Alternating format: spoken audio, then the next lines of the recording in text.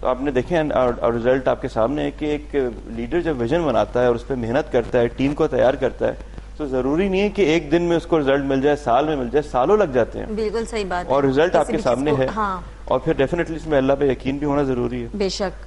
ایک چھوٹی سی چیز میں ایڈ کروں گا سالیہ, کہ آج 25 دسمبر بھی ہے اور آج کرسمس بھی ہے. جی. تو قائد اعظم کی برتھ ڈے کے علاوہ آج ہم I would like to wish all our Pakistani Christian brethren and sisters a very Merry Christmas as well as to all over the world. آپ نے ان کو مبارکباد پیش کی تو یقیناً وہی جواب دیں گے, میں تو جواب دے نہیں سکتی خیر مبارک, بٹ ٹھیک ہے, مطلب انسانیت کے ناطے. ایکچولی جو ہماری میک اپ آرٹسٹ ہے نا وہ بھی کرسچن ہے, چلو ان کو بھی خاص آج وہ نہیں آئی, اسے اسپیشلی میں نے چھٹی دی ہے. تو سر نے یہ کہا کہ تم نے کیسے چھٹی دے دی, میں نے کہا سر آج اس کی عید کا دن ہے نا, تمہیں کس چیز کی پڑی ہوئی تھی, میں نے کہا سر اچھا نہیں لگتا نا, تو اچھا ہے وہ بھی انجوائے کریں. بٹ ہمیں تو یہاں آنا تھا, تو آپ کو پتا ہے چینل والوں کے لیے تو کوئی چھٹی, کوئی عید بقرعید کچھ بھی نہیں ہوتا ہے, تو انہیں تو بس آنا ہی ہوتا ہے اپنے کام پر. تو اس کے ساتھ ساتھ میں آپ سے یہ پوچھنا چاہوں گی کہ آپ کو کون سا ملی نغمہ بہت پسند ہے؟ دیکھیں اگر آپ پوچھیں گے پھر مجھے مجبوراً گنگنانا پڑے گا. بالکل گنگنائیں, وقار دانش ہمارے ساتھ موجود ہیں تو وہ بھی ضرور ہیلپ کریں گے انشاءاللہ. جی اگر یہ خان صاحب مہدی حسن صاحب نے گایا تھا, کچھ لائنیں گنگنا دیتا ہوں. ضرور ضرور, ان کو ڈیڈیکیٹ کریں نا آج قائد اعظم محمد علی جناح کو. یہ جو گفٹ ہمیں دیا ہے قائد اعظم نے پاکستان کی شکل میں, یہ اسی کے اوپر کہ ہمیں اس کو ویلیو کرنا چاہیے. یہ وطن تمہارا ہے, تم ہو پاس باعث کے,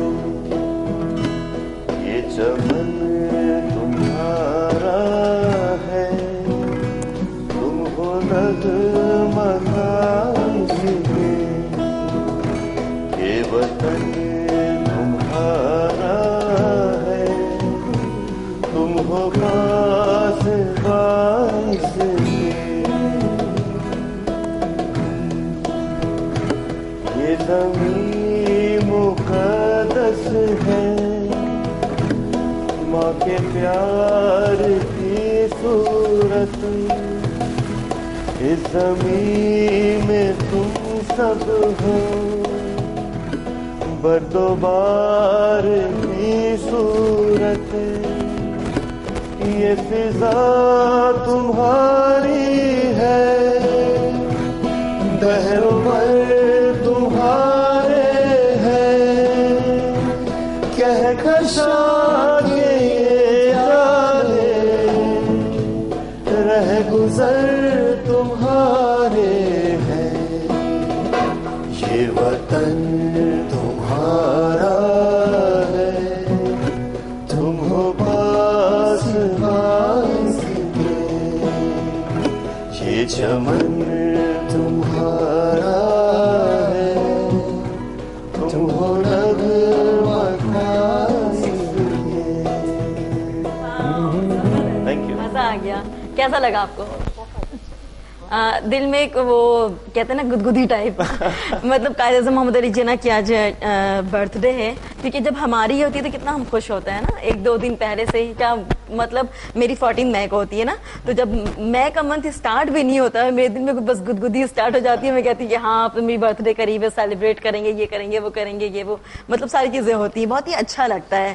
تو قائد اعظم محمد علی جناح خیر اللہ پاک نے ان کو اتنی عزت دی ہوئی تھی, انہوں نے اپنے قوم کے لیے ہمارے لیے بہت کچھ کیا ہے. تو آپ کا نیم اگین میں مطلب درانہ غنی صاحبہ, اب تو میری پٹائی ہو جائے گی ہونے ہی والی ہے. ٹھیک ہے جی, آپ مجھے یہ بتائیں قائد اعظم محمد علی جناح کی تحریک پاکستان کے لیے جدوجہد کے حوالے سے کیا کہنا چاہیں گے؟ میں نے پہلے آپ کو بتایا کہ وہ جب ان کے 14 نکات پیش ہوئے اس کے بعد وہ خفا ہو گئے, وہ چلے گئے, واپس آئے 1935 کے اندر میں. ان کی مین جب وہ آئے اس وقت انڈیا نے ایک ایکٹ پیش کیا which was known act of India 1935. وہ ایکٹ ایسا تھا جو مسلمانوں کے جذبات کو مجروح کر گیا. ماتھے پہ تلک لگانا, گائے کی قربانی انہوں نے بین کر دی جی. نماز کے وقت میں بینڈ بجتے تھے مسجد کے سامنے. نوکریوں, مسلمانوں کو نوکریوں کے دروازے بند کر دیے گئے. مہاتما گاندھی کا جو پورٹریٹ تھا اس کے سامنے سلوٹ کرنے کا حکم دیا گیا. صحیح.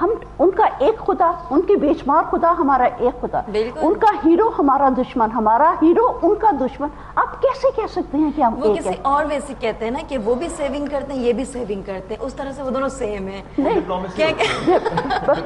لیکن وہ لوگ جو ہسٹری پڑھنے والے ہیں ان کو تو تکلیف ہوتی ہے نا. مجھے جب اس طرح کے بیانات سن، آپ اگر کچھ ایڈ کرنا چاہیں تو آپ بھی کر سکتے ہیں. کوئی کوسچن اگر آپ کر رہی ہیں؟ نہیں، میم بہت اچھی باتیں کر رہی ہیں، بالکل لرننگ ہے. اور یہ آپ نے بہت اچھی بات کی کہ ہماری جو جنریشن ہے انہیں ہمارے جو ریئل جو ہیروز ہیں ان کے بارے میں نالج ہونی چاہیے. یہ جو آج کل ہم دوسری چیزوں کے اندر جو ہم لگے ہوئے ہیں اس سے ہٹ کے اگر ہم قائد اعظم، علامہ اقبال اور ان ہمارے ہیروز کے بارے میں اگر ہمیں معلوم ہوگا تو ہم ایک ویژن بنا سکیں گے اپنے ملک کے لیے، اور اس کو بہتر طریقے سے ہم اس کو جو ہے نا اپنی لائف کو اس کے لیے سرو کر سکیں گے. ایک چھوٹا سا واقعہ میں آپ کو سناؤں. میرے بچے باہر ہوتے ہیں، 2 بیٹے میرے باہر ہیں جی. اور جب بھی گرمیوں کی چھٹیاں ہوتی ہیں میں اپنے بچوں کو وزٹ کرنے کے لیے باہر چلے جاتی ہوں. وہاں پہ انڈین سٹور ہوتے ہیں جس کے اوپر میں ایک چھوٹا سا واقعہ ہے. وہاں پہ پاکستانی بھی چیزیں ہوتی ہیں، انڈین کی بھی چیزیں ہوتی ہیں. ایک بار وہاں پہ پاکستان کا بناسپتی چاول اس کی سیل لگی ہوئی تھی. وہ $7.5 کا 5 کلو کا سیک جو تھا وہ مل رہا تھا. آپ یقین کیجئے جتنے انڈین تھے وہ $9 والا بناسپتی خرید رہے تھے. ہمارا ڈھیر اسی طرح پڑا ہوا تھا. ان کے دل و دماغ میں، ان کے چھوٹے چھوٹے بچوں کے اندر میں، ان کے پیرنٹس، ان کی پولیٹیشینس، ان کے سیاستدان، ان کے کہ آپ انڈین ہیں، آپ انڈین ہیں. ہم کیوں نہیں اپنے بچوں کو فیڈ کرتے؟ ہم کیوں نہیں اپنے بچوں کو بتاتے؟ ہم کیوں نہیں اپنے بچوں کو بتاتے؟ جب یہ انڈیا کی ٹی وی اور ساس کبھی بہو تھی، بہو ساس، اس طرح کے ڈرامے جب آپ لوگ دیکھتے ہیں، آپ کیوں نہیں اپنے بچوں کو ایجوکیٹ کرتے کہ this is not our nature, this is not our culture? دورانہ خلی صاحبہ ایسا کیوں نہیں ہے، ہم اس پہ بھی ڈسکس کریں گے. بٹ فرسٹلی میں وقار صاحب سے یہ پوچھنا چاہوں گی، کہنا چاہوں گی کہ کوئی اچھا سا سانگ سنائیں آپ ہمیں، جو بھی آپ چاہیں. ملی نغمہ سانگ کچھ بھی، اور اس کے ساتھ ہی ساتھ ان کے سانگ کے اور ملی نغمہ جو بھی انہوں نے سنایا، اور اس کے ساتھ ہی ساتھ ہم بریک پہ جائیں گے. اور بریک سے جب واپس آئیں گے تو ہماری باتیں کنٹینیو ہو جائیں گی، اور آپ بھی ہمیں جوائن کریں، کال کریں، انجوائے کریں.